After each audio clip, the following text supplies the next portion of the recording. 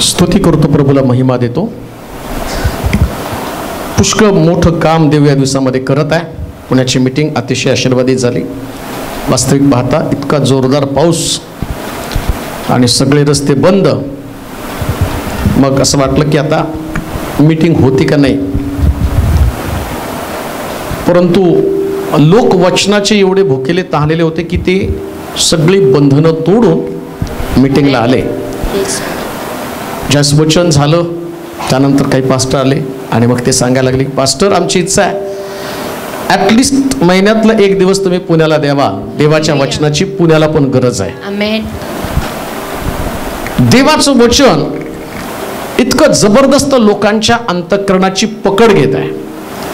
लक्षात घ्या, वचन हे नुसतं ऐकलं जात नाही किंवा सांगितलं जात नाही, तर वचनाचं काम पकड घेण्याचं काम आहे. ते बदलतं. आणि पुष्कळ लोक येऊन त्यांनी भेटून मला सांगितलं की देव आमच्यामध्ये बदल करत आहे. अनेक लोकांच्या जीवनामध्ये साक्ष घडल्या. जे लोक भेटायला आले आणि आल्यानंतर त्यांच्या तोंडातून एक वाक्य निघालं, नुसतं तुम्हाला बघितलं तरी असं वाटतं की आम्ही आशीर्वादित झालो. बघितल्यावर आशीर्वाद येत होतं आणि त्याचं कारण आहे, प्रेषित लोक रस्त्यानं जात होते तर लोक त्यांच्या सावलीनं बरे होऊन जात होते. आम्ही ते लोक आहोत. आम्ही असे लोक आहोत की प्रभूचा अभिषेक आमच्यामधनं वाहत असतो. अजून याच्या पलीकडे देव इतकं अद्भुत काम करेल. लोकांच्या जीवनामध्ये थक्क करणाऱ्या साक्षी घडेल. थक्क करणाऱ्या. एक व्यक्ती, मोठी व्यक्ती होती, आणि माझ्या गळ्यात पडत रडत ती सांगितली की वास्तविक पाहता ते मोठे पाळक आहेत, पण गळ्यात पडून रडायला लागले. ते सांगितले की तुमचं वचन सातत्यानं न चुकता मी ऐकत आहे. आता मी जर त्याचं पद सांगितलं तर कदाचित मग काही लोक जे ऐकतात युट्यूबवरून मग ती व्यक्ती ते ओळखतील. परंतु मला तुम्हाला सांगू द्या, गळ्यात पडून ते म्हटले की देवानं तुम्हाला एक वेगळा अभिषेक दिला जे आमच्यासारख्या सेवकांचं पुनर्जीवन करत आहे, बांधणी करत आहे. लक्षात घ्या, बोलणारा व्यक्ती नाही महत्वाचा, तर देव शब्द पाठवतो ते महत्वाचं आहे. शब्द पाठवतो देव, आणि ज्यास देव शब्द पाठवतो त्यास देवाचा शब्द काम करतं. असं पाहिलं मी बायबलमध्ये, उत्पत्तीच्या पुस्तकामध्ये. देवानं शब्द बोलला, आकाश हो आणि घडलं. आता अंतिम दिवसामध्ये देव असं घडवणार आहे. कोणीतरी एका सिस्टरने मला फोन केला, सांगितलं की पास्टर छोटंसं बाळ आहे, दवाखान्यात घेऊन गेले, डॉक्टरने सांगितलं की 48 तासामध्ये हे बाळ जाणार आहे. मग ते म्हटले आम्ही घाबरलो. आता 48 तासानंतर देवानं दिलेलं लेकरू ते जाणार आहे. आणि मग आम्ही जागेवरती बसलो, काय करावं सुचना. 48 तासामध्ये बाळ गेलं.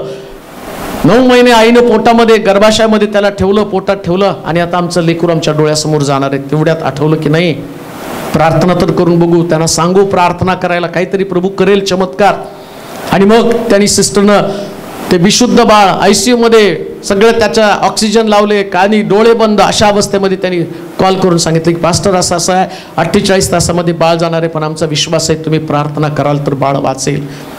आणि मग त्यांच्यासाठी प्रार्थना केली. आणि परवा त्यांचा फोन आला, डॉक्टर सुद्धा आश्चर्यचकित झाले, हे बाळ जिवंत झालं कसं, याच्यामध्ये जीव आला कसा. लक्षात ठेवा, अद्भुत अशा प्रकारचा देव आहे. अद्भुत, त्याची तुलनाच होऊ शकत नाही. कोणीच त्याचं कंपॅरिझन करू शकत नाही. आणि कोणतीच गोष्ट त्याला कठीण नाही. मित्र म्हणतो, ज्यावेळेस लास्ट स्टेजला असताना त्यावेळेस एकदा प्रार्थनेची संधी घ्या. देवाला काम करण्याची संधी दे म्हणत नाही. देव 24 तास काम करतो, वर्षाचे 365, आणि त्याला संधीची गरज काय. तुम्ही नाही त्याच्याकडे प्रार्थना केली तर जगामध्ये असंख्य गुडघे टेकलेले त्याच्याकडे प्रार्थना करत आहेत. पण तुम्ही प्रार्थनेची संधी घ्या. एकदा गुडघे टेकून प्रभूला मागा की प्रभू तू जीवनाचा श्वास त्याच्या नाकपुड्यामध्ये घाल. अजून पलीकडे जाऊन तुम्हाला सांगतो, कधी कधी लोक प्रार्थना करत नाहीत आणि तशाच अवस्थेमध्ये, ऐका बरं का, एक व्यक्ती मेली आणि मेल्यानंतर त्याला पुरलं, आणि पुरल्याबरोबर तिथं अलिशाच्या अस्थी होत्या आणि बायबल सांगतं अलिशाच्या अस्थीचा स्पर्श झाल्यावर तो व्यक्ती जिवंत झाला. लोक प्रार्थना करत नाही, त्यास देव सुद्धा चमत्कार करायला उतावीळ असतो. कदाचित ते चमत्कार बघितल्यावर तरी प्रार्थना करतील. आज कित्येक लोक प्रभूकडे वळत आहेत, सजीव होत आहेत याच्यासाठी की आम्ही अधिक प्रार्थना करावी. बाकी काय करू नका बरं का, काही करण्याची गरज पण नाही तुम्हाला.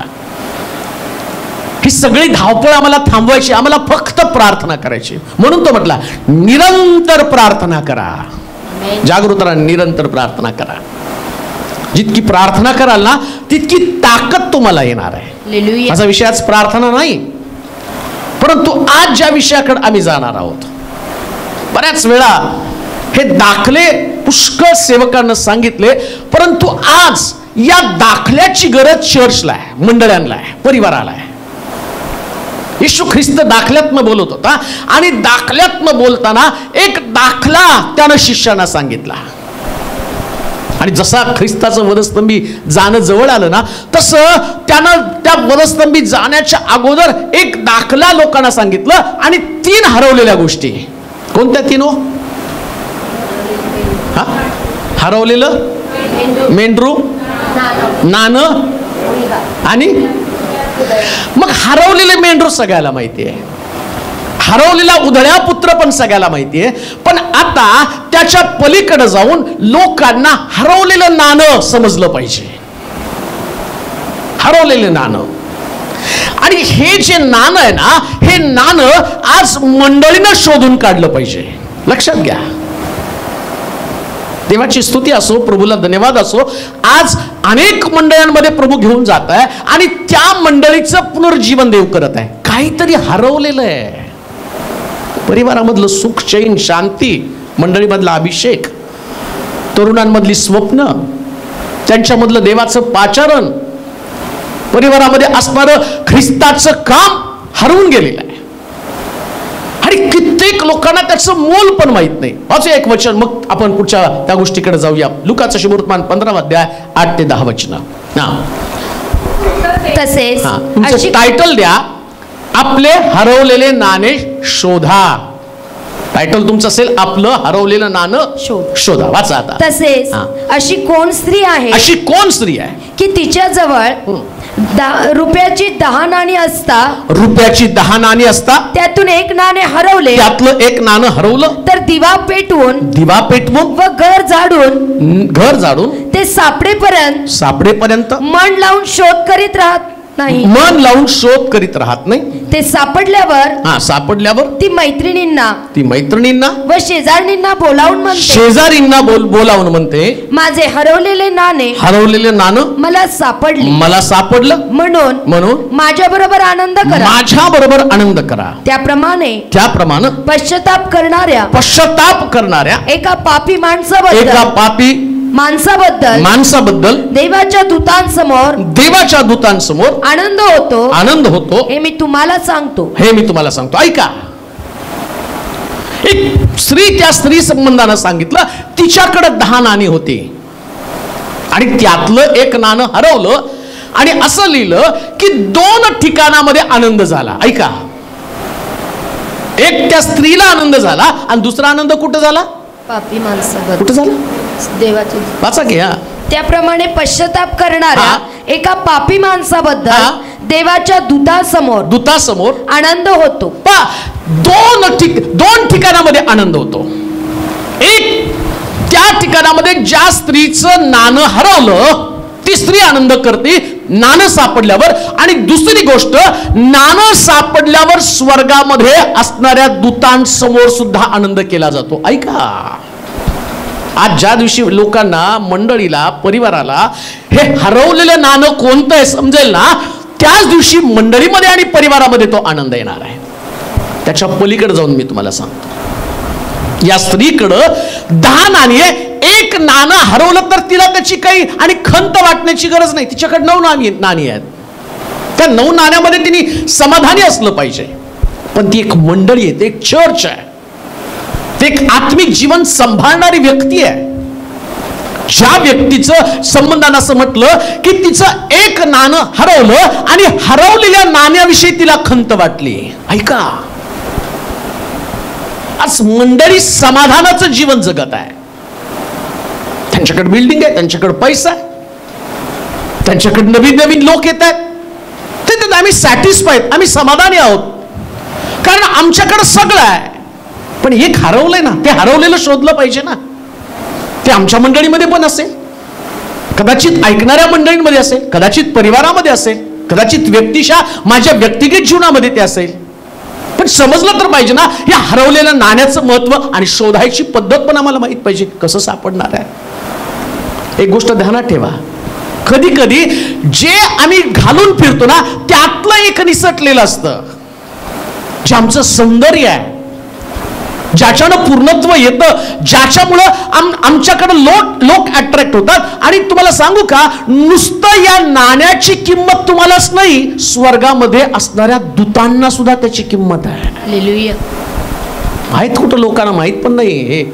हे नाणं हरवलं, हरवलेल्या नाण्याकडं जास्त ते नाणं हरवतं ना, तर याचा अर्थ दूत आनंदित होतात सापडल्यावर. म्हणजे हरवलं तर दूत पण दुःखी होतात. स्वर्गामध्ये पण दुःख असतं. स्वर्गामध्ये पण देवाला असं वाटतं, ही 10 नाणी मी यांना दिली आणि यातलं एक नाणं यांनी हरवून बसले. उधळ्या पुत्र परत आला, मेंढरू शोधून काढलं.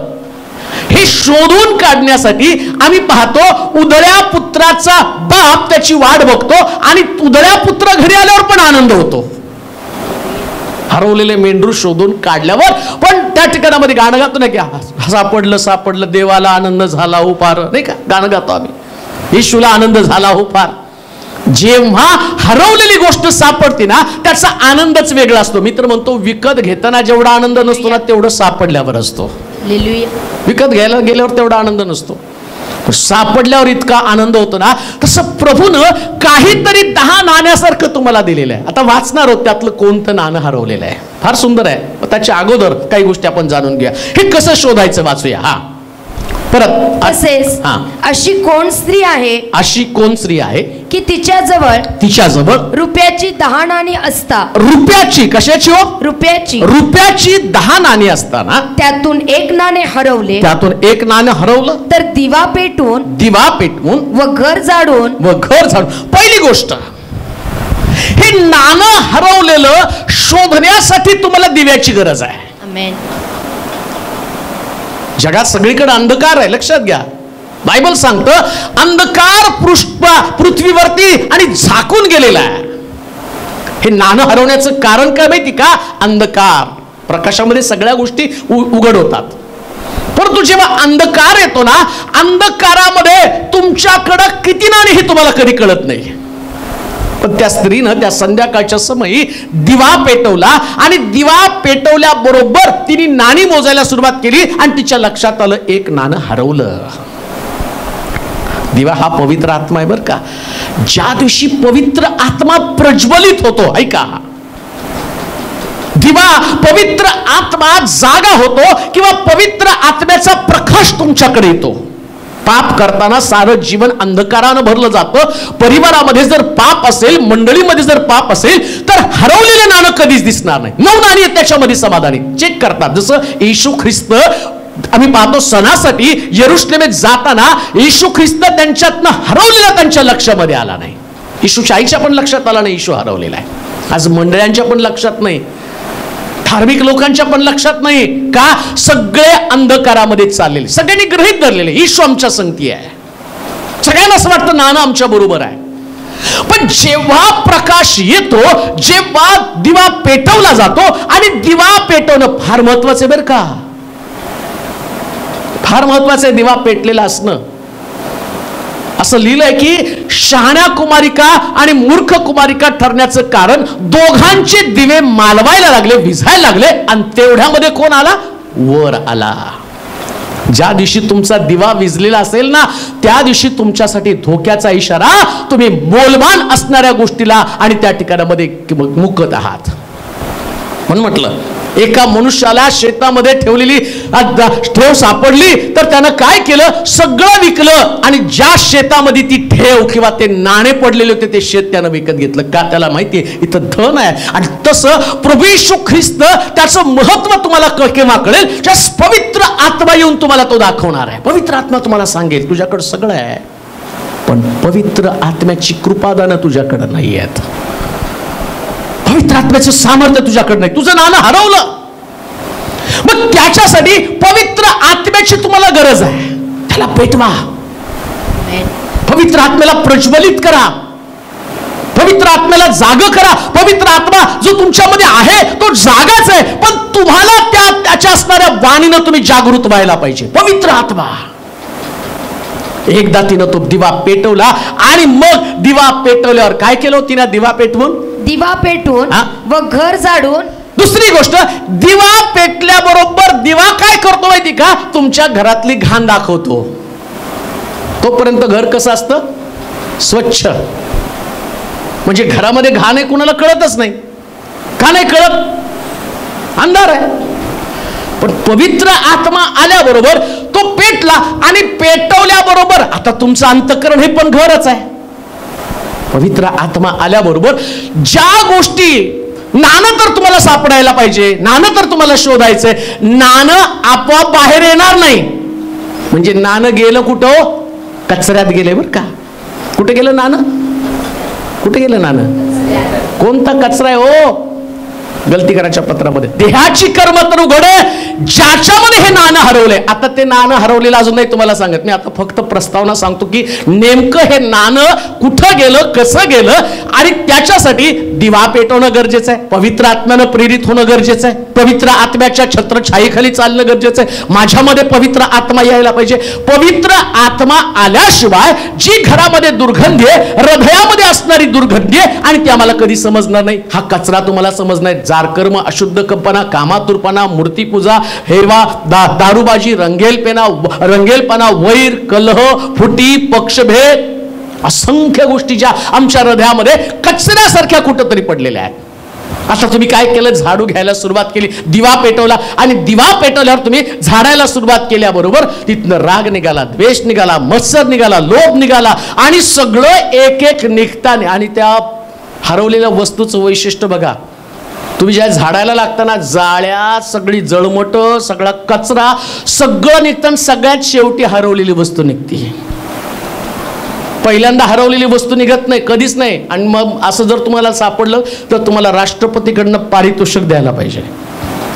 ती सापडतच नाही. पहिलं सगळं घर आम्ही सगळं घर पालथं केलं, कुठंच नाही सापडलं सगळी, आणि त्या निमित्तानं सगळी साफसफाई झाली. मग अचानक आठवतं, अरे तिथं होतं. हे आठवतं कोण आठवतो? हे जसं तुमच्यामधलं अंतर्गत मन आहे ना, तसं हा पवित्र आत्मा आहे. हाही विचार तुम्हाला सांगतो, इथंच ते पडलेलं आहे. हा एक कोपरा, या कोपऱ्यामध्ये ते पडलेलं आहे. मग तो राग असेल, मग तो द्वेष असेल, मग तो मत्सर असेल, मग व्यसन असेल, कुकर्म असेल, हट्टी स्वभाव असेल, दुर्वर्तन असेल, जारकर्म असेल, काहीतरी अशी गोष्ट की ज्याच्यामध्ये तुमचं नाणं हरवून गेलेलं आहे. आणि प्रभूला वाटतं ते हरवलेलं नाणं तुम्ही शोधावं. मग हे हरवलेलं नाणं नेमकं आहे तरी काय? काम देऊ नाही का?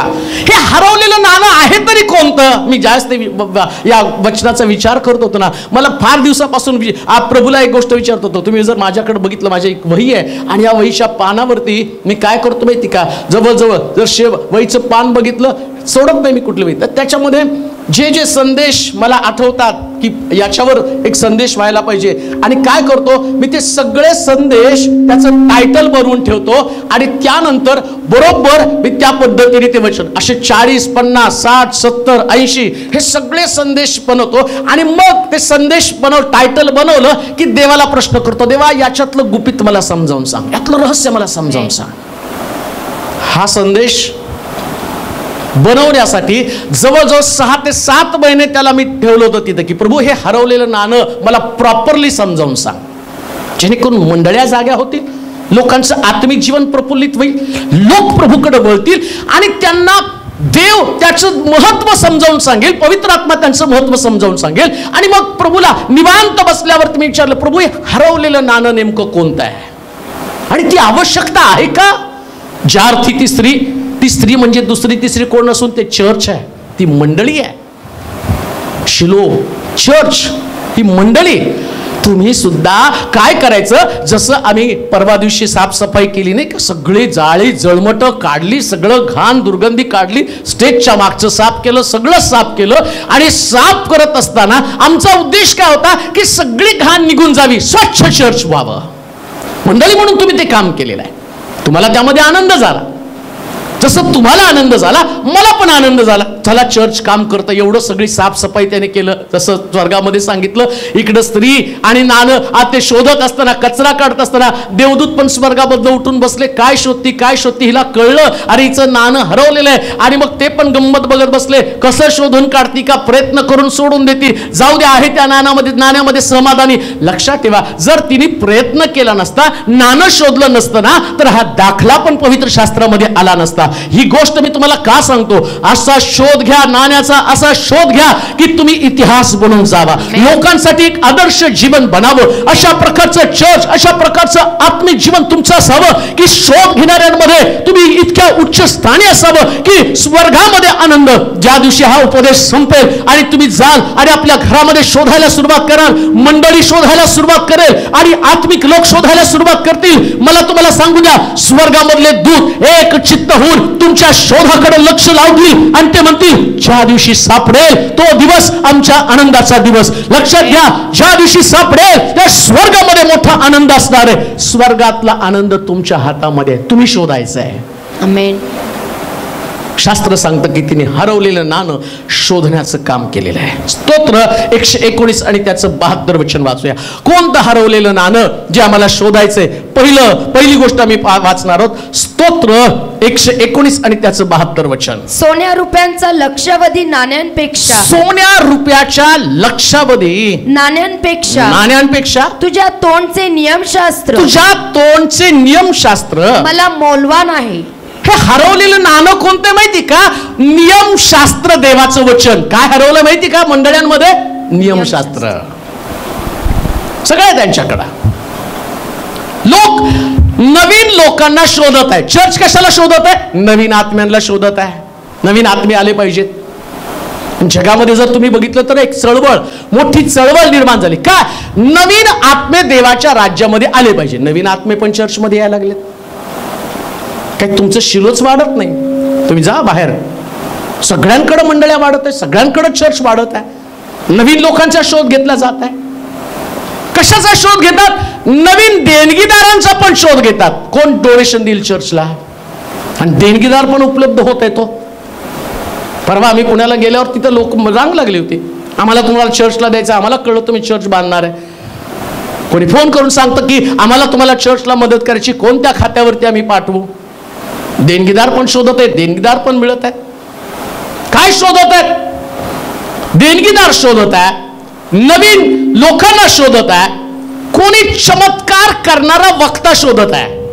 कोण वक्ता चमत्कार करतो? कोणता प्रभावी अशा प्रकारचा सेवक आहे ज्यानं डोक्यावरती हात ठेवल्यावर शरीरातले सगळे रोग व्याधी विकार निघून जातात? तुम्हाला वक्ते पण सापडतील, मोठे मोठे वक्ते आहेत.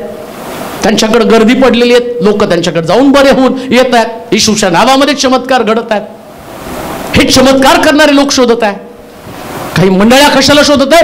प्रभावी वक्ता, जो वक्ता अशा प्रकारचा संदेश देईल की ज्याच्याद्वारे माझ्या मंडळीतली मरगळ निघून जाईल, त्या वक्त्यांना पण शोधत आहे. कोणी बाळकाला शोधत आहे, कोणी उपासकांना शोधत आहे, कोणी वाद्याला शोधत आहे, कोणी वादकाला शोधत आहे. परंतु असं लिहिलंय, ही 9 नाणी मौल्यवान आहेत. 10 नाण्यांपैकी एक नाणं ते आहे, पण एक जे मौल्यवान नाणं आहे आणि ते नाणं कोणतं? नियमशास्त्र. ठीक आहे, चांगले वक्ते तुम्हाला मिळाले. वक्ते येतील आणि जातील. बायबल काय सांगतं माहिती का? जे संदेश देणारे प्रॉफिट आहेत, संदेष्टे आहेत, त्यांच्या संबंधाने तो म्हणतो, मी तुझ्या नावाने संदेश दिला, प्रॉफिसी केली, भविष्यवाणी केली, रोग बरे केले, लोकांना बरं केलं, भविष्यवाण्या केल्या, संदेश दिला, सगळं केलं. तो म्हटला मी तुला ओळखतच नाही. का ओळखत नाही? कारण तू कर्म नियमशास्त्रातलं केलं नाही.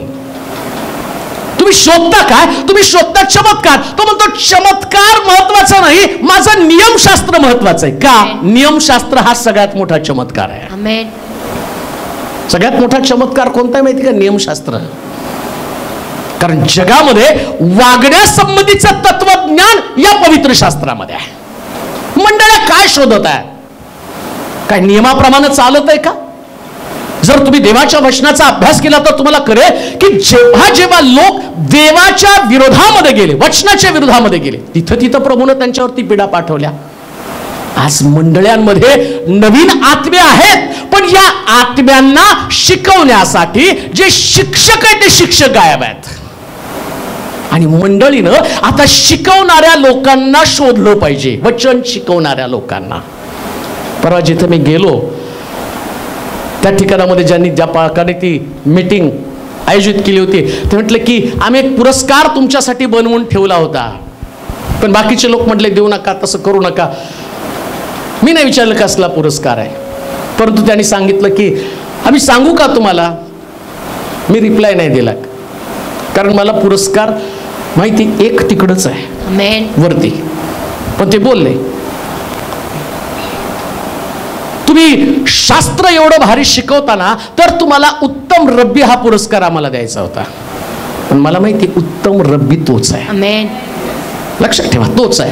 हालेलुया. परंतु त्यांच्या मनातली जी भावना ती तर माझ्यापर्यंत पोचली ना. ती भावना काय? हे नियमशास्त्र मोलवान आहे. आमेन. हे नियमशास्त्र मोलवान आहे. आणि आज नियमशास्त्र हरवलं. लोक नियमांच्या चौकटीत राहायला तयार नाही. सगळं त्यांच्याकडे आहे, वाद्य आहे त्यांच्याकडं, आराधक आहे त्यांच्याकडं, वक्ते आहेत त्यांच्याकडं, पण चालणारे देवाच्या वचनाप्रमाणे चालणारे लोक आहेत का? म्हणून म्हटलं काय वाचावर वचन? सोन्या रुपयांच्या लक्षावधी नाण्यांपेक्षा, सोन्या रुपयाच्या लक्षावधी नाण्यांपेक्षा तुझ्या तोंडचे नियमशास्त्र मला मौल्यवान आहे. काय मौल्यवान आहे? हे मौल्यवान नाणं कोणतं आहे? नियमशास्त्र हे एक प्रकारचं मौल्यवान नाणं आहे. देवाचं वचन हे मौल्यवान आहे. हरवलं काय? हे मंडळांमधनं हरवलं का? कोणती मंडळी आहे? तेच आता चर्च मध्ये उपासना करतात, देणग्या जाहीर करतात, प्रार्थनेच्या सभांसंबंधानं जाहीर करतात. मंडळां या दिवसामध्ये त्यांच्यामध्ये काय चढावड लागली. याने एक सभा ठेवली, त्याने एक सभा ठेवली, सभावर सभा, वक्त्यांवर वक्ते येतात आणि जातात. पण मंडळीमध्ये जर तुम्ही बघितलं तर पहिले पाडे 55, परत लोक व्यसनामध्ये, परत लोक व्यभिचारामध्ये, परत लोक पापामध्ये, परत लोक सर्व प्रकारच्या घाणीमध्ये, दुर्गंधीमध्ये, स्पर्धा, ईर्ष्या, भांडणं, वादविवाद आणि एकमेकाला खाली पाहणं, चढावड, या सगळ्या गोष्टी त्याच्यामध्ये. पण जिथं नियमशास्त्र येतं ते नियमशास्त्र आल्याबरोबर सगळे शांत बनतात. हरवलेलं नाणं तो तुझ्या मुखातनं निघणारं नियमशास्त्र हे मला बाकीच्या सर्व रूपांपेक्षा मौल्यवान आहे. याला प्रिय करा. आज मंडळाला नियमशास्त्राची गरज आहे, देवाच्या वचनाची गरज आहे. आणि आज मंडळांमधनं देवाचं वचन हद्दपार झालेलं आहे. बऱ्याच चर्चेसमध्ये 15 मिनिटाच्या संदेशानंतर लोकांना ती सवय पण नाही. 15 मिनिटानंतर बंद करा संदेश. काही ठिकाणामध्ये 20 मिनिटानंतर म्हणतात बंद करा संदेश.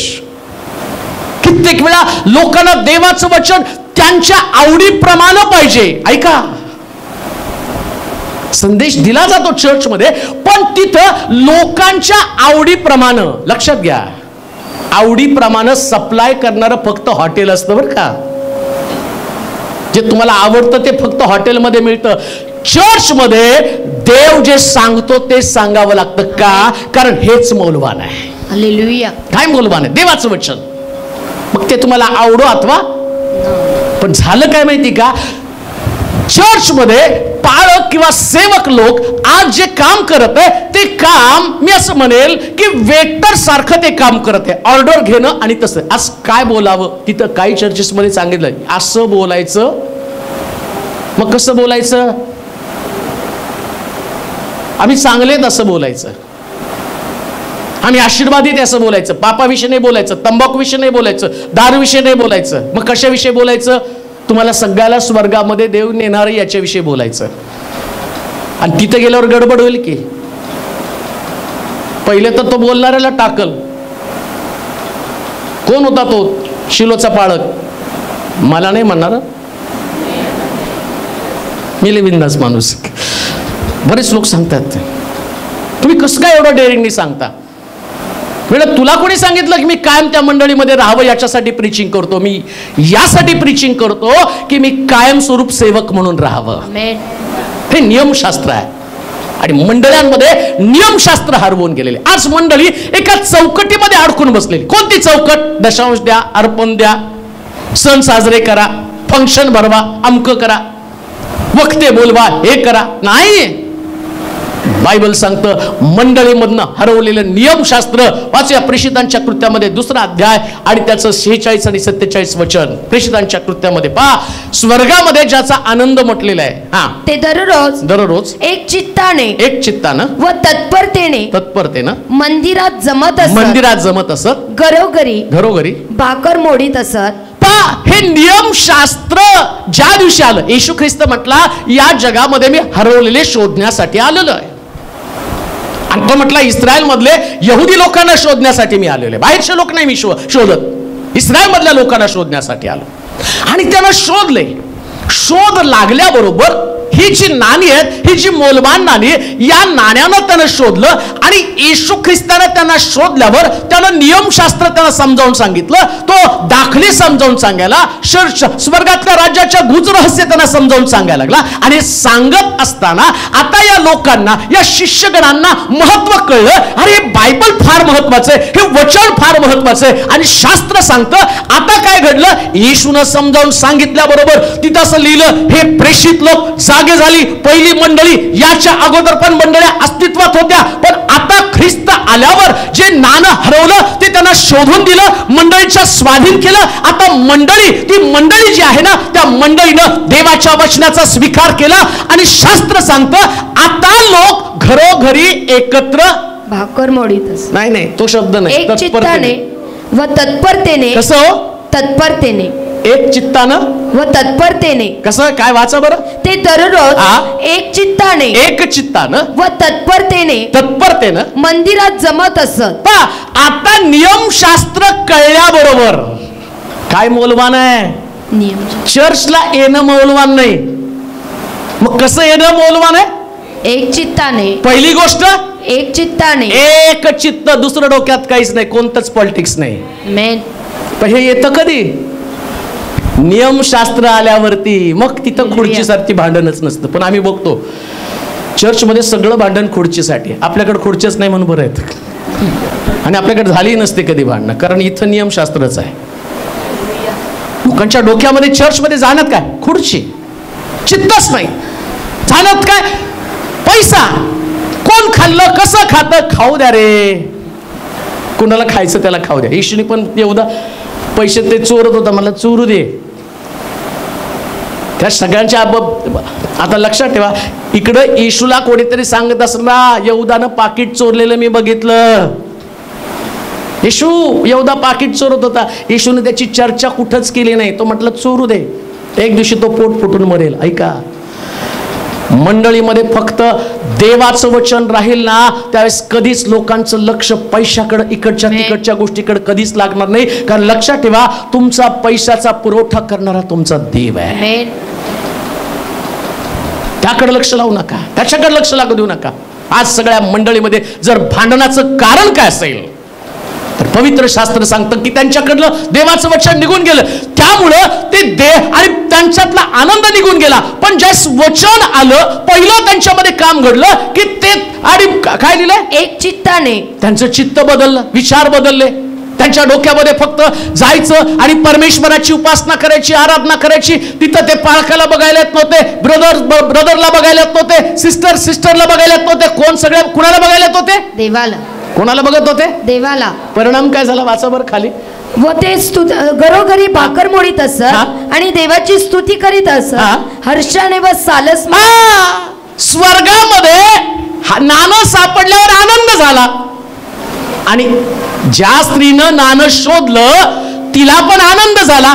आणि इथं सुद्धा मंडळी पहिली मंडळी ती आनंदी झाली. याचं कारण काय? शास्त्र सांगतं की त्यांच्यामध्ये एक चित्तपणा आला. हे हरवलेलं नाणं आल्याबरोबर, देवाचं वचन आल्याबरोबर लोकांची मन बदलतात. त्यांचं लक्ष फक्त प्रभूच्या वचनाकडं आणि परिवर्तनाकडे लागतं. एक चित्त. नियमशास्त्राची ताकद आहे. तुम्हाला एकत्र ठेवण्याचं कारण काय? आज चर्चमध्ये आपल्याकडे एक वाक्यता आहे. म्हणत नाही तुमच्यामध्ये कुरबुरी नाही, असणारच आहे. तुम्ही माणूस म्हणजे तुमच्यात कुरबुरी असणार आहे. तुम्ही परफेक्ट नाही, मी पण परफेक्ट नाही. मला पण तुमचा कधी कधी राग येतो, तुम्हाला माझा राग येतो. काही विशेष गोष्ट नाही त्याच्यामध्ये, यायलाच पाहिजे, मानवी स्वभाव आहे. तरी तुमच्यामध्ये बदल होतो का नाही? तुम्ही ते घेऊन बसत नाही, परत तुम्ही येता एकमेकाला गळ्याला गळा घालता का? हे वचन तुम्हाला रिपेअर करण्याचं. म्हणून तर म्हटलं, मंडळीमध्ये ज्या दिवशी देवाचं वचन येईल ना, हे हरवलेलं नाणं जर सापडेल तर मंडळातली भांडणच गायब होऊन जातील. मंडळांमधली भांडणं निघून जातील. लोक म्हणतात की आमच्या मंडळीला एकत्र कोण करेल? कुणीतरी परवा एक 2-3 मंडळातल्या लोकांनी माझ्यासमोर ऑप्शन ठेवलं, बाळासाहेब तुम्ही जर आमच्या मंडळीत आला ना, आमच्या मंडळीतली भांडणं निघून जातील. येशू आला तरी तुमच्या मंडळीला रिपेअर करणार नाही. तुम्हाला काय वाटतं? पाळक बदलला म्हणजे मंडळी बदलेल? नाही हो, नियमशास्त्र आली तर मंडळी बदलेल. तुम्हाला बदलण्याचं कारण काय? तुम्ही सगळे विद्वान लोक आहात, तुम्हाला जग माहिती, सगळीकडे जाऊन आला, पण नियमशास्त्र पाहिलं की तुम्हाला खाली मान घालावी लागते. देवाचं वचन पाहिलं की तुम्ही नम्र बनता. मग मंडळाला त्याची गरज आहे. आणि मंडळानं आता हे हरवलेलं नाणं शोधायचंय. काय करायचंय? देवाचं वचन शोधून लोकांना शिकवायचंय. जे प्रिषदांच्या काळामध्ये त्यांनी केलं, त्यांनी घरोघरी एक चित्तानं व तत्परतेने. कसे हो? तत्परतेने. शेवटचा आशीर्वाद घ्यायला नाही बरं का. हालेलुया. लोक जातात चर्चला, पण कसं जातात माहिती का? आत्ता पहिलं गाणं, मग दुसरं गाणं, मग तिसरं गाणं. मग काही लोक म्हणतात नाही वर्शिपचं गाणं छान असतं त्याला जाऊ. काही लोक म्हणतात नाही आता पाळकाचा संदेश लांबतो, जास्त उपदेश करतात, आपण मधल्या टप्प्याला जाऊ. आणि काय लोक म्हणतात नाही घरी उशिरा जावं लागतं त्यामुळे स्वयंपाक करून जाऊ.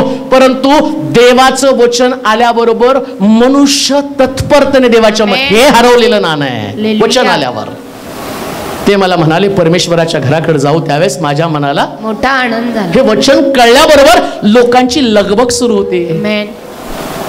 मंडळांमध्ये याची गरज आहे. कोणती गरज आहे? देवाचं वचन. परिणाम काय झाला वाचा? ते एक चित्तानं व तत्परतेनं मंदिरात जमत असत. घरोघरी भाकर मोडीत असत. आणि देवाची स्तुती करीत हर्षाने व सालसमनानं जेवीत सर्व लोक त्यांना प्रसन्न असत. कोण हो? सर्व लोक. बोला की कोण? सर्व लोक. सगळं चर्चच खुश. आमेन. सगळे एकमेकाला पाहिल्यावरती प्रसन्न. कोणाचं तोंड फुगलेलं नाही, नाही का? बऱ्याच ठिकाणामध्ये तोंड फुगलेले दिसतात, आपल्याकडं नाही. कारण माझ्याकडं सुई आहे, पोचवतो मी बरोबर. फुगला तरी बरोबर फुगतो.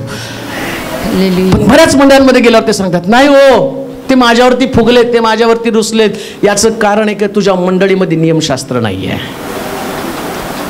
म्हणून म्हटलं सगळं आहे त्यांच्याकडं. पैसा आहे, बिल्डिंग आहे, इमारत आहे, बँक बॅलन्स आहे, सेवा करणारे लोक आहेत. सेवा कशी करायची ते पण त्यांना माहिती. नवीन लोक पण येत आहेत, पण हरवलंय नियमशास्त्र. नियमशास्त्र जर आलं ना तर लोक प्रसन्न राहतील. त्यांना कळतं नाही देवाच्या मंदिरामध्ये स्वत्व चालतच नाही. मी आल्यानंतर मी तिथं नम्रच बनावं लागतं, मला नम्रच राहावं लागतं. दाविदाचा शत्रू आम्ही पाहतो शौल आहे, पण शौलाविषयी दाविदाच्या अंतःकरणात कधीच मत्सराग्नी नव्हता. का? कारण त्याला देवाचे नियमशास्त्र ठाऊक होतं. प्रिया म्हटलं अभिषिक्ताविरुद्ध हात चालवणं हे माझ्या हातून न घडो, हे दाविदाला ठाऊक होतं. जेव्हा नियमशास्त्र तुमच्याकडे येईल ना, हे हरवलेलं नाणं तुमच्याकडे येईल, त्यास आपोआप तुमच्यामध्ये परिवर्तन होणार आहे. दुसरी गोष्ट वाचूया, मत्तयाचं शुभवर्तमान 17 अध्याय 27 वचन. मत्तयाचं शुभवर्तमान, हरवलेलं नाणं कोणतं आहे? मत्तयाचं शुभवर्तमान 17 अध्याय 27 वचन. तथापि आपण त्यांना अडथळा आणू नये. मत्तय 17:27. तथापि आपण त्यांना हा. अडथळा आणू नये हा. म्हणून तू जाऊन मन तू जाऊन समुद्रात गळ टाक समुद्रात गळ टाक, आणि पहिल्याने वर येईल पहिल्यानं वर येईल तो मासा धरून तो मासा धरून त्याचे तोंड उघड, त्याचं तोंड उघड, म्हणजे तुला 2 रुपयाचे तुला 2 रुपयाचं नाणे सापडेल. 2 नाणे सापडेल. ते घेऊन माझ्याबद्दल माझ्याबद्दल व तुझ्याबद्दल त्यांना दे. आता दुसरी गोष्ट, हे तोंड जे तोंड बंद आहे ना, या तोंड बंद असणारं नाणं म्हणजे तोडला गेला एक नाणं तुला सापडेल, त्याच्यासाठी तुला माशाचं तोंड गळ टाक, मासा सापडेल.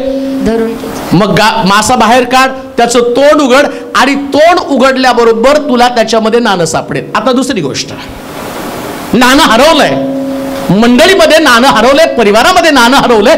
नेमकं हरवलेलं नाणं कोणतं आहे? हे तोंड बंद असणारं नाणं बरं का, तोंडच बंद आहे, ते उघडायला पाहिजे, त्याच्याशिवाय नाणं बाहेर निघणार नाही. हे तोंड बंद असणं म्हणजे काय?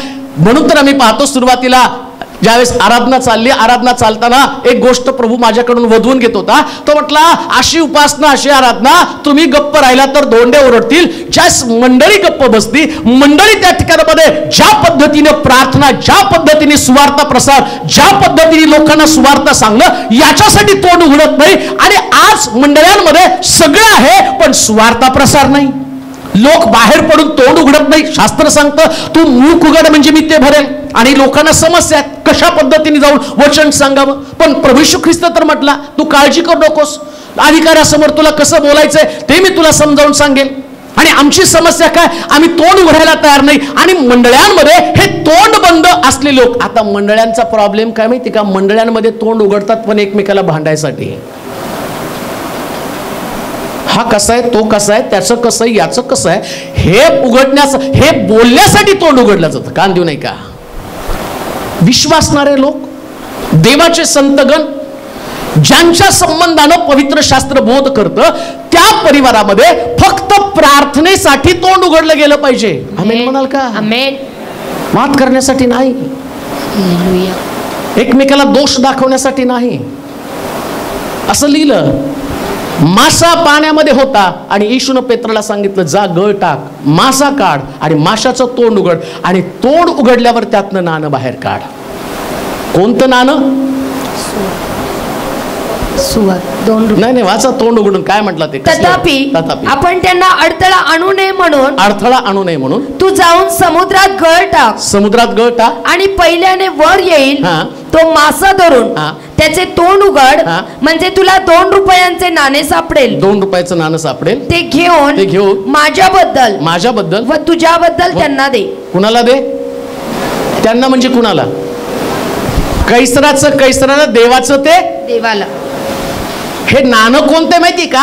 हे नाणं देवाचं, माझ्याबद्दल आणि तुझ्याबद्दल. कोणाला दे? कैसराला, देवाचं देवाला.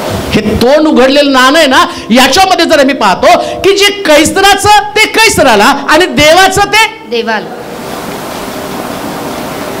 थोडस वेगळं तुम्हाला सांगतो. मंडळीमध्ये हरवलेलं नाणं कोणतं माहिती का? ऐका बरं का, फार सुंदर आहे. ज्या दिवशी हे नाणं समजेल ना, त्या दिवशी कुटुंबातली व्यवस्था, मंडळीतली व्यवस्था बदलून जाईल. ऐका, फार सुंदर आहे. 2 रुपयाचं नाणं, एका ठिकाणी म्हटली 2 नाणे तुला सापडतील, आणि कैसराला इथं म्हटलं 2 रुपयाचं 1 नाणं सापडेल, आणि त्यातला 1 भाग कैसराला आणि दुसरा भाग देवाला. देवाचं ते देवाला, कैसराचं ते कैसराला. ऐका काय प्रॉब्लेम माहिती का, आज मंडळीमध्ये येताना लोक देवाला देण्यासाठी उत्सुक आहेत. त्यांचं सगळ्यात मोठं डोनेशन देवाला असेल, सगळ्यात मोठं डोनेशन गोरगरिबाला असेल. म्हणजे देवाचं देवाला द्यायला तयार आहे. कैसराचं म्हणजे लोकांना, कैसर म्हणजे लोक, ज्याचा कर भरला जातो लोकांसाठी, लोकांना उपयोगाला यावा. ऐका, तसं प्रभू या नाण्यासंबंधानं काय सांगत आहे, जितकं तुम्ही देवाला कनेक्टेड आहात तितक्या तुमच्या कौटुंबिक जबाबदाऱ्या सुद्धा तुम्हाला महत्वाच्या आहेत. कुटुंबासाठी तुमच्याकडं काय प्रकारची योजना आहे, कसं तुम्ही कुटुंबाशी तुमचे नाते संबंध आहेत. ठीक आहे, तुम्ही चर्चमध्ये एकदम चांगलं देवाला देणगी देतात, चांगल्या गोष्टी तुम्ही करतात. बऱ्याच मंडळांमध्ये तुम्ही ते पाहाल, ते आई बापाला सांभाळत नाहीत, पण चर्चला मात्र त्यांचं डोनेशन मोठं असतं. त्यांच्या घरामध्ये त्यांची विधवा बहीण, त्यांचा आणि अनाथ असणारी भावाची लेकरं किंवा त्यांची भावंड ज्यांच्याकडे नोकऱ्या नाहीत, त्यांच्यासाठी त्यांच्याकडे काही नाही, सगळं बंद आहे. पण चर्चला का तर तिथं नाव पुकारलं जातं आणि त्याच्यासाठी त्यांच्याकडे देण्याची कुवत आहे. परंतु बायबल सांगतं हे नानच आज मंडळांमधनं हरून गेलेलं आहे. एक वरपांगी धार्मिकता, जी धार्मिकता प्रभूला कधीच पसंत नाही. तो म्हटला मी तू पुदिना कोथंबीर याचा दशांश देतो. त्याच्या पलीकडे जाऊन तो म्हटला आपल्या आईबापाचं लागणाऱ्या गोष्टी पण तू कुर्बान म्हणून आणून अर्पणामध्ये टाकत आहे. हे तुला कोणी सांगितलं? आज मंडळांमध्ये हे नानच हरवलंय. कोणतं? त्यांना आई बापाप्रती असणारं प्रेम, भावाप्रती असणारं प्रेम, बहिणीप्रती असणारं प्रेम, लेकरांप्रती आणि लेकरांना आई बापाप्रती असणारं प्रेम हे नानच निघून गेलेलं आहे. आहे सगळं सुंदर, 9 नाणी आहे त्यांच्याकडं, चांगले अप टू डेट कपडे, दानधर्म करण्यामध्ये, भिकाऱ्यांना देण्यामध्ये, विधवांचं कैवारी घेण्यामध्ये, सगळ्यामध्ये ते अप टू डेट. फॅमिली विषय काय, कुटुंबाविषयी काय? आता दुसरी गोष्ट तो काय म्हटला, जसं कैसराचं तसं देवाचं. आता काही लोक याच्यापेक्षा वेगळे, ते कुटुंबाला देतात पण देवाला देत नाहीत. हे पण नाणं मंडळीमधनं गायब आहे. देवाचा भाग देवाला देणं हे पण नाणं आहे. ठीक आहे, तुम्ही तुमच्या परिवारावरती प्रेम करता, परिवारावरती प्रेम करणं चांगली गोष्ट आहे, पण परिवार हा देवापेक्षा पण कधी मोठा असता कामा नये. आमेन म्हणाल का? देव प्रथम स्थानी. आमेन. इकडं देव पण आहे आणि इकडं परिवार पण आहे. आता देवासाठी काढलेलं नाणं काय तुम्हाला शिकवतं? कुटुंबासाठी वेळ दिला, घरातल्या लोकांसाठी वेळ दिला. देवासाठी कधी वेळ देणार? मासा उघड, पाशाचं तोंड उघड आणि तोंड उघडल्यावर नाणं निघेल. लक्षात ठेवा, तुमच्यामध्ये तुम्ही एक मासा आहे. जेवढा वेळ तुम्ही तुमच्या कुटुंबासाठी तोंड दिलं, कुटुंबासाठी संघर्ष केला, पण आता देवासाठी संघर्ष करायचा आहे. ज्यावेळेस मंडळीमध्ये देवासाठी संघर्ष करणारे लोक येतील, त्यावेळेस महाराष्ट्र, देश, भारत, जग आणि जगातली प्रत्येक व्यक्ती, जिल्हा बदलून जाईल आणि गावं ख्रिस्ताकडे वळले जातील. तोंड उघडा, नाणं काढा त्यातून. स्वार्थेचं नाणं, स्वार्थ प्रसार आणि त्याचं नाणं तुम्हाला बाहेर काढता आलं पाहिजे. वाचूया प्रेषितांचं कृत्य 16 अध्याय 25 ते 30 वचनं. प्रेषितांचं कृत्य 16 अध्याय 25 ते 30 वचनं वाचूया. मध्यरात्रीच्या सुमारास पौल व सिलास हे प्रार्थना करीत असता व गाणे गाऊन देवाची स्तुती करत असता बंदिवान त्यांचे ऐकत होते. तेव्हा एकाएकी असा मोठा भूमिकंप झाला की बंदिशाळेचे पाय डगमगले. सर्व दरवाजे लागलीच उघडले व सर्वांची बंधनं तुटली. तेव्हा बंदिशाळेच्या नायकानं जागे होऊन बंदिशाळेचे दरवाजे. ऐका, फार सुंदर आहे बरं का हे नाणं. ज्यावेळेस हे नाण्याची किंमत कळेल त्यावेळेस तुम्हाला काय काय घडेल वाचणं, त्या ठिकाणी वाचणं गरजेचं आहे. बंदिशाळेचे दरवाजे उघडे पाहिले आणि बंदिवान पळून गेले आहे असा तर्क करून तो तलवार उपसून आपला घात करणार होता. इतक्यात पौल मोठ्याने ओरडून म्हटला, तू स्वतःला काही अपाय करून घेऊ नकोस, कारण आम्ही सर्वजण येथेच आहोत. मग दिवे आणून तो आत धावत गेला. कापत पौल व सिला यांच्या पाया पडला आणि त्यांना बाहेर काढून म्हणाला, महाराज माझे तारण व्हावं म्हणून मला काय केले पाहिजे? ते म्हणाले, प्रभू येशूवर विश्वास ठेव म्हणजे तुझे व तुझ्या घराण्याचं तारण होईल. हे नाणं ज्याला म्हटलं तोंड उघड, हे तोंड उघडणं नाणं जे हे किती किमती नाणं आहे. इथं पौलानं सिलासनं बंदिशाळेमध्ये असताना त्यांना आराधना करण्यासाठी, उपासण्यासाठी तोंड उघडलं आणि तोंड उघडल्याबरोबर जेलरचं परिवर्तन झालं. लक्षात ठेवा, मंडळांमध्ये ज्या तोंड उघडणारं नाणं काम करेल ना, मंडळांची तोंड उघडली जातील, मंडळांमधल्या लोकांची तोंड उघडली जातील. त्याच्यामध्ये प्रार्थना, देवाची उपहारस्तुती आणि शुभवर्तमान बाहेर पडलं जाईल. तर एक गोष्ट ध्यानात ठेवा, ते दिवस लांब नाही ज्या दिवसामध्ये नुसतं गाव बदलणार नाही तर जेलमधले लोक सुद्धा बदलतील, त्यांची बंधनं तुटली जातील आणि गुन्हेगार, कैदी लोक ज्यांचं जीवन बदलणं कठीण आहे, परंतु आता शुभवर्तमानच्या द्वारे, स्वार्थ प्रसाराच्या द्वारे, प्रार्थनेच्या द्वारे आणि लोकांप्रती जाऊन त्यांना देवाच्या वचनाची घोषणा करणं, त्याच्यासाठी आमचं तोंड उघडणं गरजेचं आहे. आणि ज्या दिवशी हे तोंड उघडलं जाईल ना, त्या जेलमधले कैदी त्यांची बंधनं तुटतील असं लिहिलेलं आहे. आम्ही नुसत्या प्रार्थना करत आहोत लोकांचं जीवन बदलावं, पण सुवार्तेसाठी कधी तोंड उघडत आहोत असं लिहिलं. याने तोंड उघडलं तर बंदी शाळेचा नायक थरथर कापला. तो म्हटला आम्ही इथंच आहोत. आणि त्याने विचारलं आत्ता या क्षणाला काय लिहिलं, माझं तारण व्हावं, काय माझं तारण व्हावे म्हणून मला काय केले पाहिजे. ज्या दिवशी तुम्ही तोंड उघडाल ना, त्या दिवशी हे नाणं ज्या दिवशी मंडळीच्या हातामध्ये सापडेल ना, त्यास लोक विचारतील आम्ही बाप्तिस्म्यासाठी काय करावं, स्वर्ग राज्य मिळवण्यासाठी काय करावं, आमचं तारण कसं होणार आहे. तुम्हाला शुभवर्तमान सांगण्यासाठी आता जाण्याची गरज लागणार नाही. एक दिवशी लोक तुम्हाला शोधत येतील आणि नुसतं शोधणार नाही असं लिहिलं. ते थरथर कापत त्यांच्या समोर आले. आणि त्या बंदिशाळेच्या नायकानं, ज्या नायकाला पाहून कैदी घाबरत होते, परंतु आता नायक या सुवार्ता सांगणाऱ्या लोकांना घाबरत होता. इतकं महान प्रकारची ताकद या वचनामध्ये आणि तोंड उघडण्यामध्ये. आता तोंड उघडणं गरजेचं आहे. आमेन. हे नाणं हरवलेलं आहे मंडळांमधनं, हे नाणंच गायब आहे. शोकांतिका ते भांडणासाठी तोंड उघडतात, आपल्या मागण्यासाठी, आपल्या हक्कांसाठी, आपल्या आणि स्वतःच्या स्वार्थासाठी तोंड उघडतात, पण ते शुभवर्तमानासाठी तोंड उघडत नाही. आणि मग तो म्हटला ज्या दिवशी मंडळी तोंड उघडते त्या दिवशी स्वर्गामध्ये मोठा आनंद होतो. मंडळी शुभवर्तमानासाठी तोंड उघडते ना. शिलो चर्च, जेव्हा तुम्ही बाहेर सेल ग्रुपसाठी जाता, सुवार्तेसाठी जाता, तुम्हाला आनंदाची गोष्ट सांगतो, तुम्ही जाता पण देवदूत स्वर्गामध्ये आनंद करत असतात. स्वर्गामध्ये आनंद. आमेन. आणि तुम्ही ज्या घरामध्ये निवांत बसताना, तर देवदूत पण रिलॅक्स मध्ये बसून म्हणतात काय डल लोक आहेत. Hallelujah, hallelujah. आणि तुम्ही लगबगीने पळताना कुठं तरी सुवार्ताला हॉस्पिटल व्हिजिटिंग कुणातरी व्यक्तीला भेटता, त्याला शुभवर्तमान सांगता, आणि तो व्यक्ती येऊन तुम्हाला विचारतो की आता बाप्तिस्म्यासाठी मी काय केलं पाहिजे. आमेन. विचार करा, जर सगळ्या मंडळांमध्ये तोंड उघडलं जाईल, भारत बदलायला किती वेळ लागणार आहे, हालेलुया. महाराष्ट्र बदलायला वेळ किती लागणार आहे. पण प्रॉब्लेम काय, लोक सुवार्तेसाठी तोंड उघडत नाही. हे नाणं हरवलंय. एकच गोष्ट वाचूया, 5 गोष्टी परंतु एकच वाचूया. लुकाचं शुभवर्तमान 15 अध्याय 10 वचन वाचा. त्याप्रमाणे पश्चाताप करणाऱ्या एका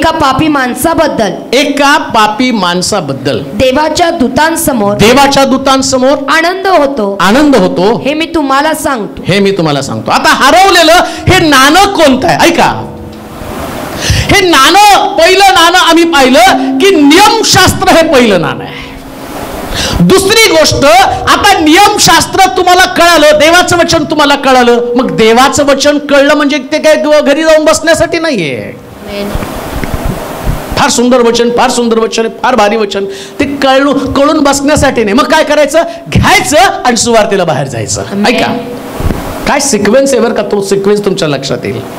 इकडं हरवलेलं नाणं तुम्हाला सापडलं, नियमशास्त्र तुमच्या हातात आलं, देवाचं वचन तुमच्याकडे हातामध्ये आलं, आणि तुम्ही त्याच्या मोबदल्यामध्ये काय केलं, तुम्ही गेला, कुठं जाल त्याला महत्व नाही. पौलाला आणि सिलासाला त्याला बंदीशाळेत जावं लागलं. आता तो जर विचार करत बसला असता, अरे एवढं सेवा करून मी बंदीशाळेमध्ये, पण देवाची चौथी आणि बंदीशाळेत जावं, आणि बंदीशाळेत गेल्यावर नायकाचं परिवर्तन व्हावं, हा देवाचा हेतू, देवाचा प्लॅन, म्हणून त्याला बंदीशाळेमध्ये घेऊन गेला. हालेलुया. कुठं देव तुम्हाला नील सांगता येत नाही, पण तिथं जायचं आणि वचनाचा प्रसार करायचा. आता वचनाचा प्रसार केल्याबरोबर लक्षात घ्या, देवाचं वचन साधं सुद्धा नाहीये. एकदा ते घुसलं की मनुष्य पश्चाताप करू लागतो. आमेन. ऐका, जी मंडळी अंतःकरणाला टोचणारा उपदेश करत नाही, ती लोकांना पश्चातापापासून वंचित करत असते. उपदेश हा कधी सुद्धा लोकांना आनंद वाटणारा असता कामा नये, त्यांना टोचणी लागणारा उपदेश असला पाहिजे.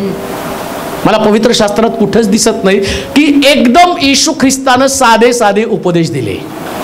शास्त्री पुरुष आले त्यास तो काय म्हटलं त्यांना, अरे चुना लावलेल्या, काय म्हटलं, चुना लावलेल्या त्याच्या पलीकडे जाऊन अरे सापाच्या पिल्ला, काय म्हटलं, सापाच्या पिल्ला. आता मी जर तुम्हाला असं म्हटलं तर अर्धे निमित्त येणारच नाहीत.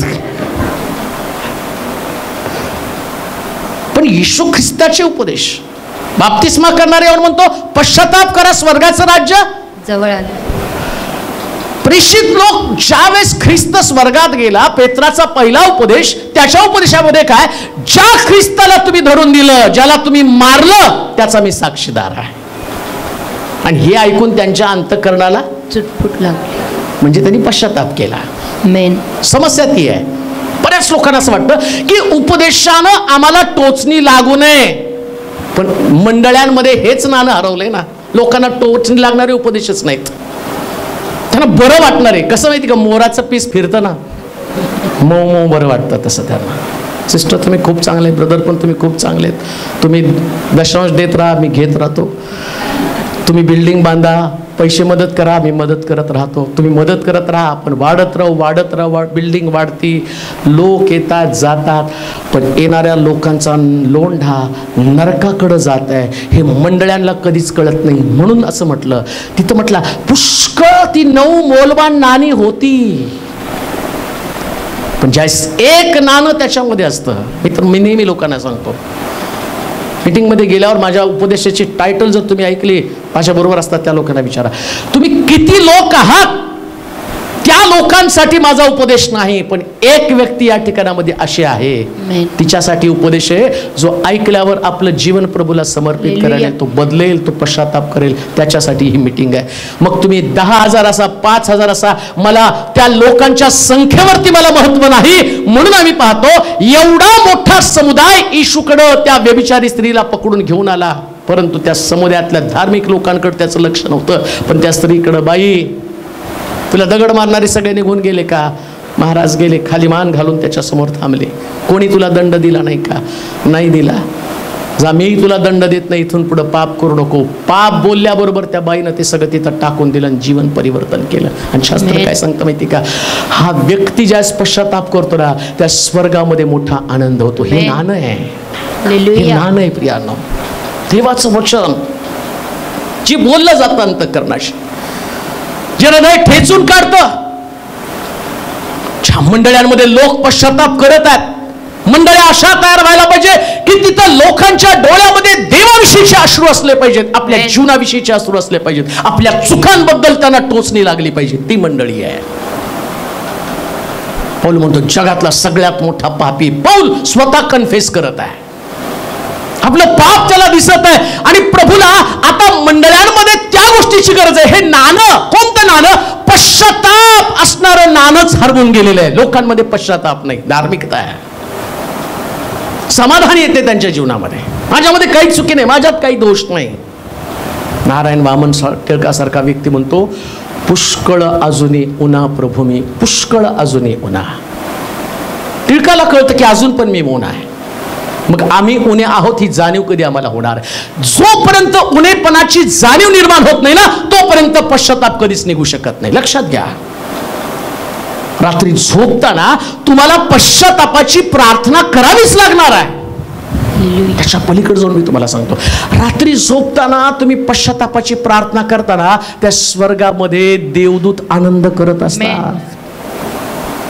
म्हणतो येशू ख्रिस्त ज्यावेळेस एका ठिकाणात मंदिरात प्रार्थनेसाठी गेला, त्यास तिथं शास्त्री पुरुषाची प्रार्थना आणि पापी व्यक्तीची प्रार्थना, या 2 व्यक्तीच्या प्रार्थनेकडे लक्ष गेलं. त्यास तो पुरुषी म्हणतो, मी याच्यासारखा पापी नाही, मी शब्दात करतो, दशांश देतो, अर्पण देतो, आणि इकडं हा पापी व्यक्ती, प्रभू मला माफ कर, मी जन्मभर चुका करत आलो, ही गोष्ट त्यांनी बोलली. आणि बायबल सांगतं, येशू म्हणतो या शास्त्री पुरुषाची प्रार्थना नाही, पण या पश्चातापाची प्रार्थना देवाला हलवणारी प्रार्थना आहे.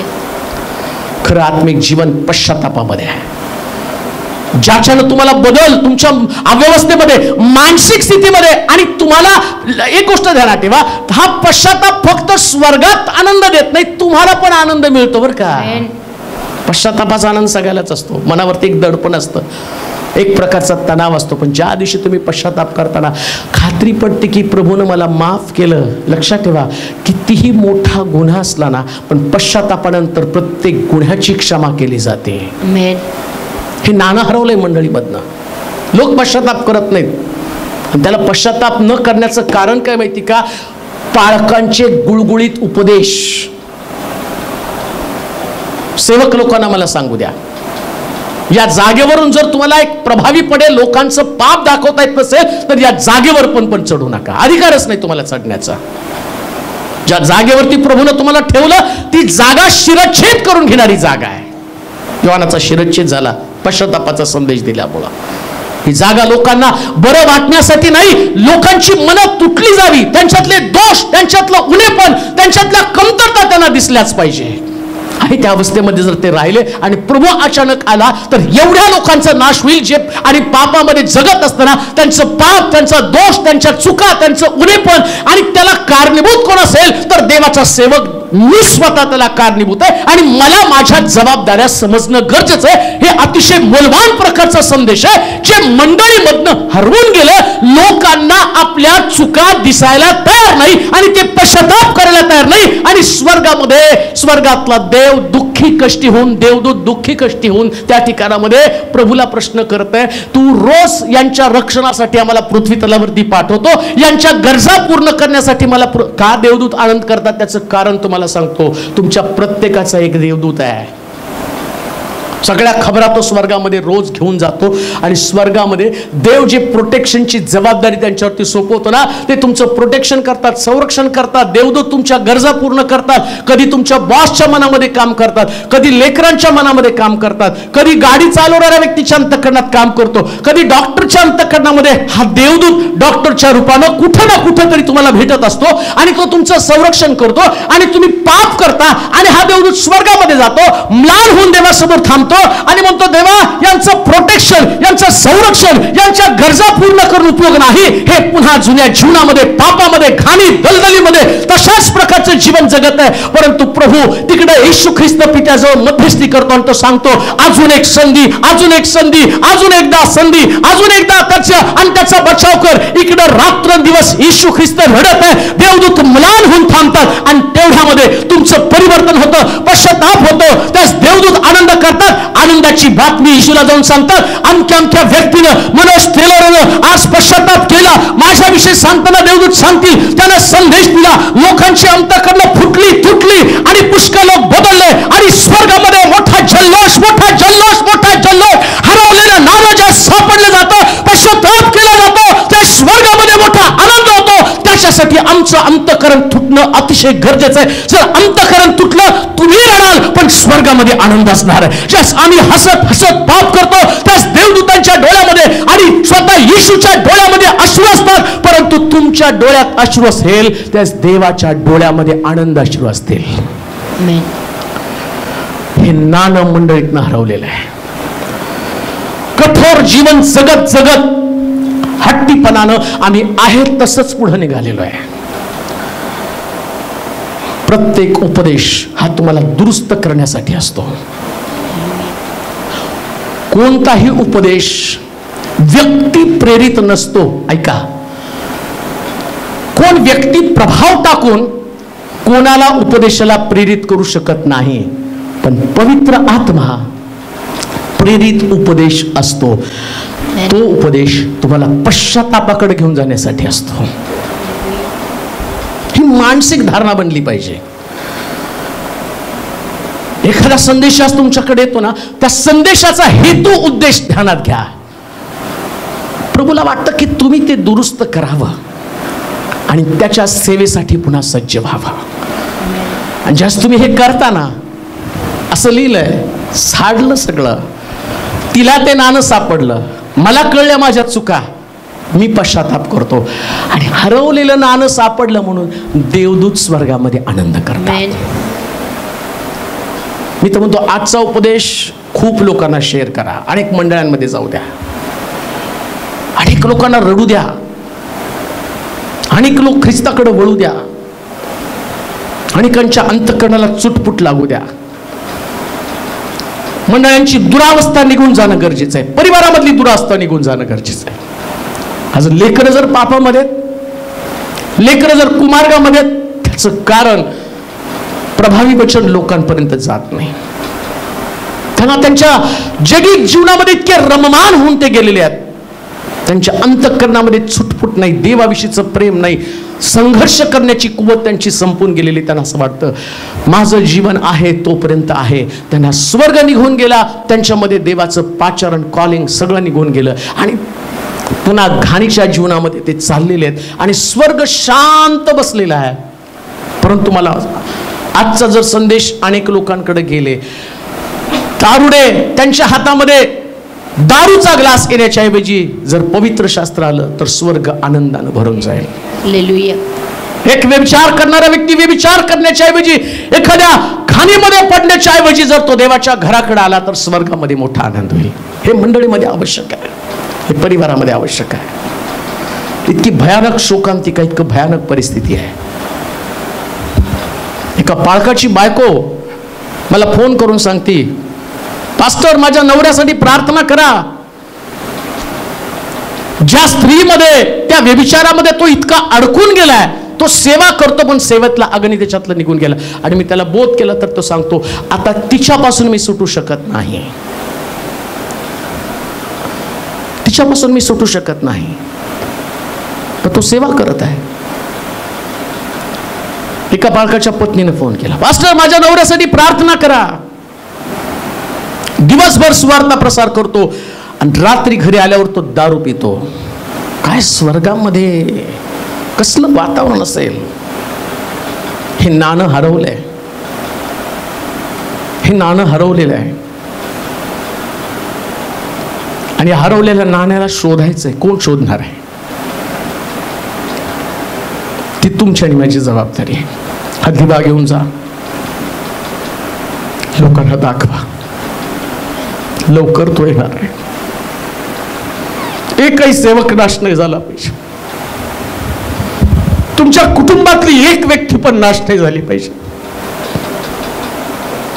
जर कुटुंबातलं हे नाणं हरवलं, तुमची लेकरं हरवली, तुमचा पती, तुमची पत्नी, तुमच्या घरातले सदस्य हरवले तर तुमच्या घराचं घर पण निघून जाणार आहे, मंडळीचं जे असणारं सामर्थ्य निघून जाणार आहे.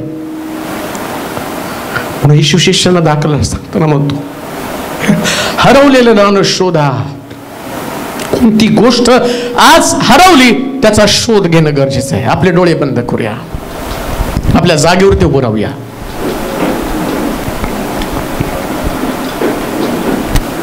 दहा नाण्यांपैकी एक नाणं हरवलं.